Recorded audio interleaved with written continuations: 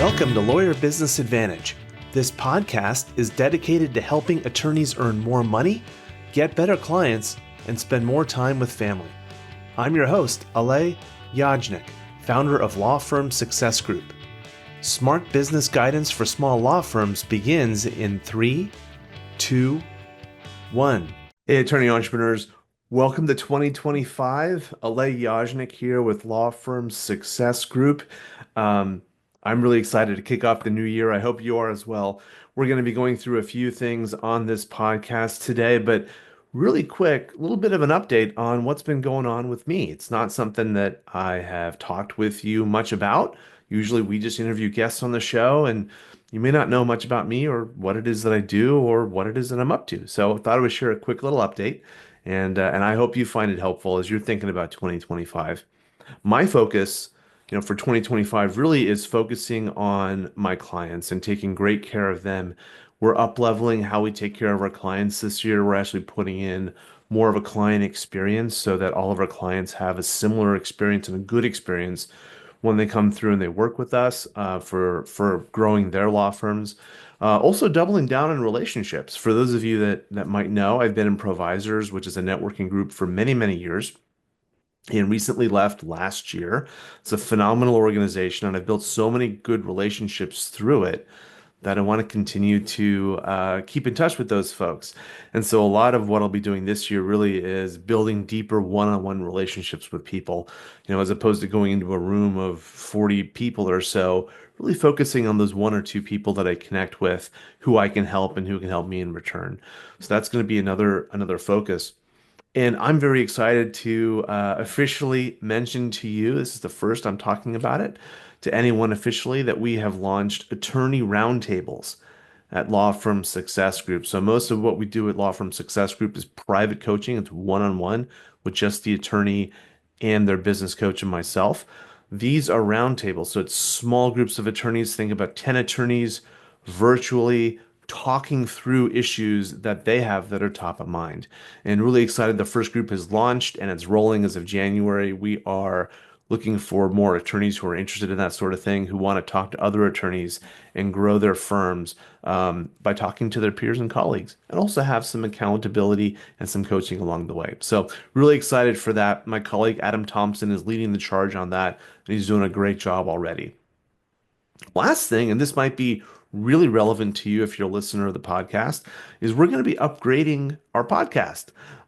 Some of the things we noticed looking at listenership over the last year is you all really liked it when we had fewer guests. So when we actually had similar guests over and over again, we did a couple of episodes where we had, the same guest on 3 sessions or 3 podcast episodes in a row, and the listenership actually grew every session. So that indicated to us that that's something you like. So we're going to be doing more of that.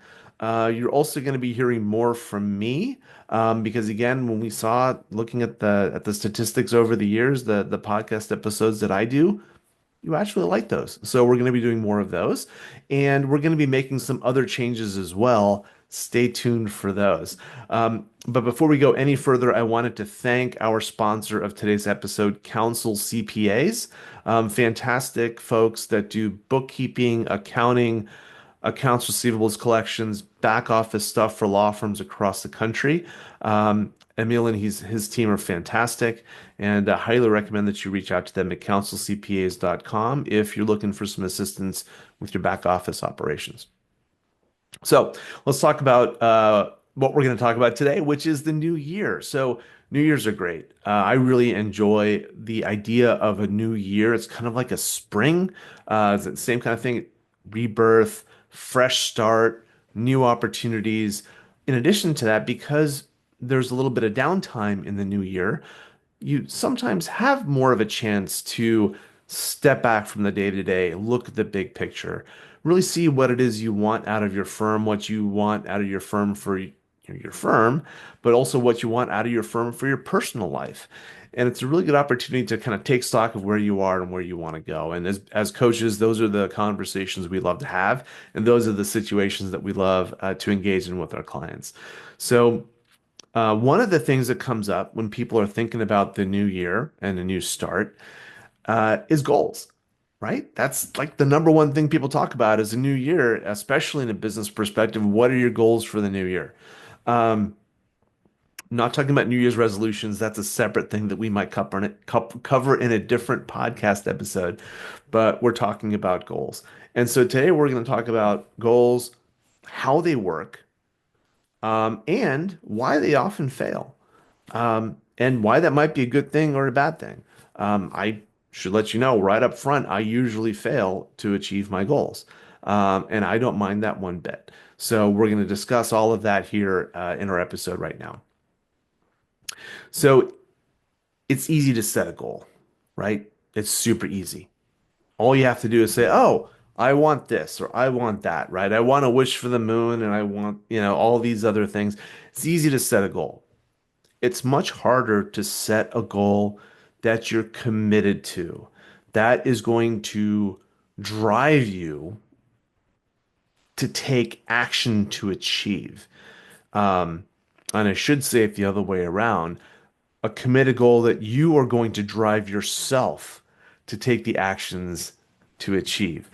So I'll use a really personal example. One of the things I always have had struggles with is my weight. And so it's a goal for me every year. Like I want to lose weight, blah, blah, blah, blah, blah. And we're going to discuss that, use that as an example.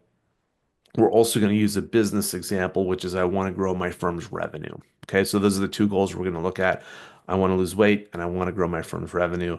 And we're going to kind of unpack those. So those are easy to set, right? Oh, I want to lose 20 pounds, or oh, I want to grow my revenue by 10x or 2x or, you know, 50% or whatever it happens to be.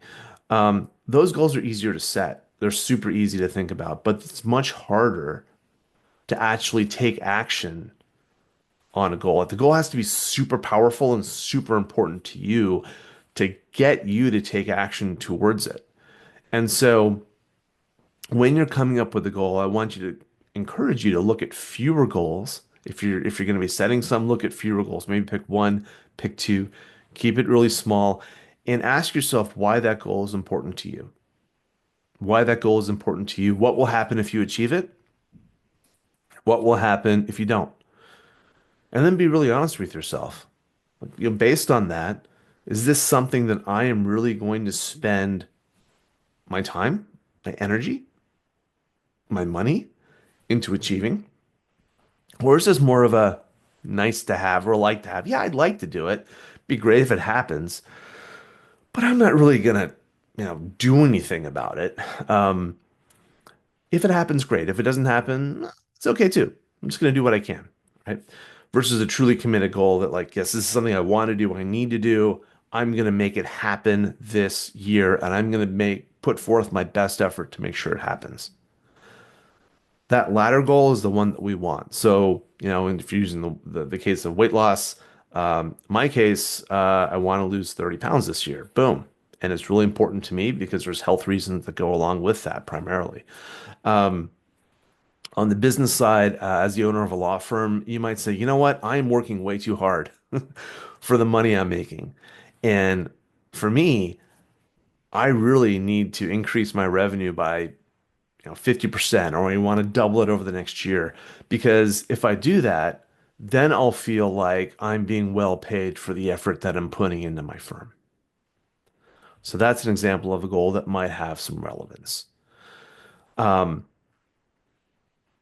then you might want to ask yourself, once you've come up with that high level goal, what's it going to take?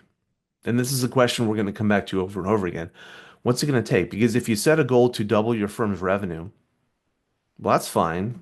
The goal just kind of sits out there, but without a plan or some kind of change, it's just a wish, right? I think that's a quote. A goal without a plan is just a wish. Um, and so that then leads to, okay, well, what do I have to do to achieve that goal? If I want to double my firm's revenue, hypothetically, what do I need to do that? Well, I need to bring in, a lot more clients. I need to raise my rates.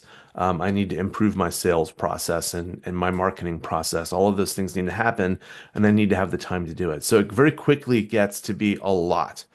And so that's where looking at different types of goals might be helpful. So I want to share with you two different types of goals. Some will resonate with you more than the other. Now, the idea of losing weight or doubling your firm's revenue, those are what we call outcome-based goals. Those are goals that you'll know you've hit them when you've hit them. You know, um, they are goals that look kind of in the past because you won't know that you've done it or whether you've succeeded or failed in that goal until it's already in the rearview mirror. If you want to make $10,000 this month, you won't know you've made it necessarily until the end of the month. That's an example of an outcome-based goal, and those can be incredibly powerful because they pull you in, right? They really engage you. Yeah, I want to double my firm's revenue. Fantastic, right? I really want to go and make that happen. Okay, great. So that can really engage someone. But challenge with that is that may be all that it does because it just kind of hangs out there. And like we were talking about, you have to put in oftentimes a significant plan to go in and make that goal actually happen. And so there's another kind of goal which might be interesting to you, which is called activity-based goals.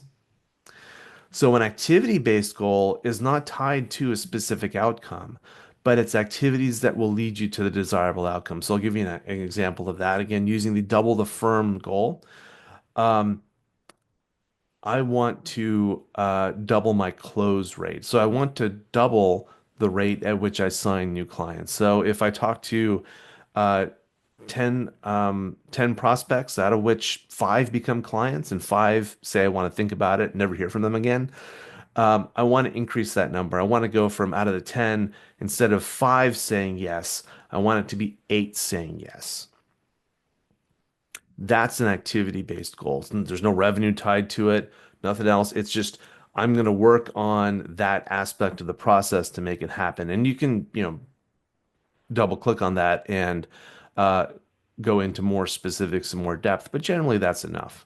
Um, the idea behind it is there's no big outcome tied to it. It's something that you're working on activity-wise that if you do it really, really well, it's going to help you achieve that big outcome-based goal.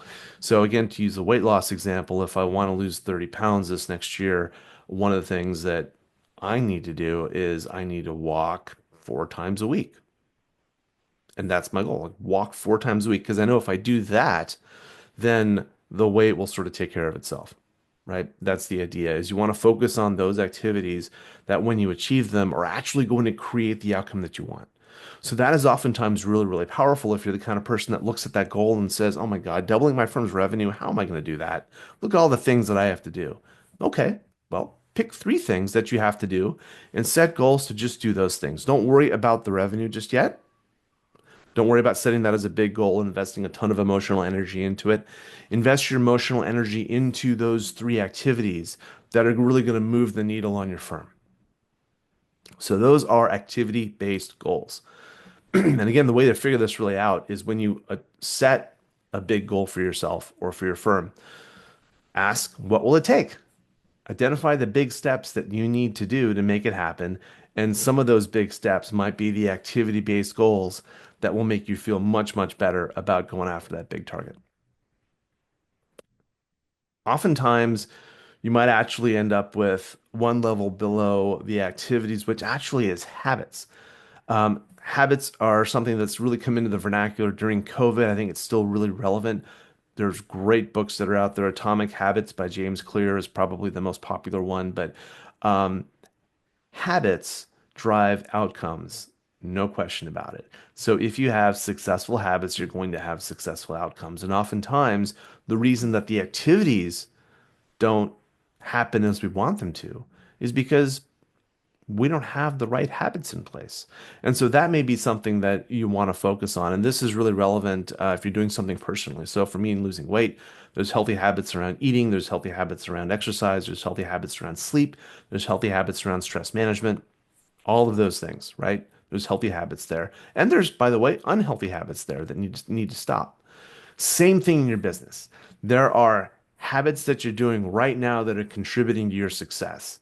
There's also habits that you're doing right now that are taking away or limiting the success you could have. So one of the most common habits that clients have when they first start working together is they spend, and you've heard this analogy, no doubt. They spend too much time working in their firm and not enough time working on their firm. And what that means is they're in there being a lawyer most of the time. They're not spending as much time as a business owner. And because of that, they're not going after and focusing on the things in their business that can really make a difference from a revenue standpoint, from a time standpoint, from a quality of life standpoint, from a client service standpoint, right? They're just focusing on what's in front of them right here, focusing on the here and now and serving their clients. So that might be a habit that needs to be reset. An example of that, I had a client a few years ago, phenomenal attorney entrepreneur, and what she ended up doing was she takes, every Friday is her entrepreneurial day. So that's where she does not have any consults scheduled. She does not have any big pieces of client work scheduled, and she is just taking that time to focus on her firm, right? So that's an example of a habit that she developed over the course of a year that has served her really, really well. So we've talked about a lot of things. We've talked about goals. We've talked about outcome-based goals. We've talked about activity-based goals. We've talked about habits and good habits and bad habits. These are all things that are really relevant when you're looking at a new year because it's a new beginning and it's a wonderful time to take stock of where you are right now and where you really want to go, where you really want to go in your law firm and what that's going to mean for you personally, what that's going to mean for you professionally, and what that's going to mean for you financially. Because remember, the firm you have right now is a direct result of all the awesome things you've done. It's also a direct result of all the things that maybe you haven't done. And so if you want your firm to be better, if you want your firm to have more income, if you want your firm to give you a better quality of life, if you want your firm to deliver even more impact than it already does for your clients, you're going to have to make some changes, because if you don't make changes, your firm's just going to continue doing what it's done in the past without really going up or going down, right? And that's the question in front of all of us is, do we want this new year to be the same as last year? Or do we want it to be different? My bet is if you're listening to this podcast, you want it to be different. So take 10 minutes, doesn't take a long time. You don't need to go off to a mountaintop for, a few days. It can just take 10 minutes or even a half an hour if you have the time, and just think about what do I want this year in my firm and why? Why do I want it? Because we're trying to figure out the things that really have value for you, that you're really going to spend time focusing your energy and effort on. What's that going to be? Once you figure that out, play with setting some goals. You can set outcome-based goals like we talked about, like doubling your revenue, or you can set activity-based goals like we talked about, like spending 10 hours marketing every single week. And then think about your habits. Take a look at the habits that are helping you be successful, and take a look at the habits that might be holding you back, the things that get in the way. And one example of that, probably the biggest one that is universal across many, many, many of our clients, is checking email too often throughout the day. And that's a whole nother podcast episode that we can get into with regards to that. But that's a habit, right? Checking email is a habit. Checking your phone is a habit. And those habits are either helping you or they're hurting you. They're probably doing both. And the question is addressing that habit and changing it going to help you do what needs to be done to improve your firm so it can provide the income and the quality of life and the impact that you really want? Everyone, Happy New Year. Really happy to have you listening to the podcast. We have some exciting things ahead. Thank you so much. And that's a wrap for this episode of the Lawyer Business Advantage podcast. One thing that would really help both us and other new potential listeners is for you to rate this show and leave a comment in iTunes, Stitcher, or wherever you tune in to listen. And I want to hear from you, so connect with me on LinkedIn and let me know what you think of this episode. And if you are a solo or an owner of a small law firm and you're looking to earn more money, attract better clients, or reduce your stress, we would love to talk with you to see how we can help. Request your free law firm assessment by visiting lawfirmsuccessgroup.com. Again, that URL is lawfirmsuccessgroup.com. We look forward to talking with you soon. Thank you for listening. My name is Alay Yajnik. Until next time, remember, you can seize freedom, you can embrace happiness, you can build your perfect practice.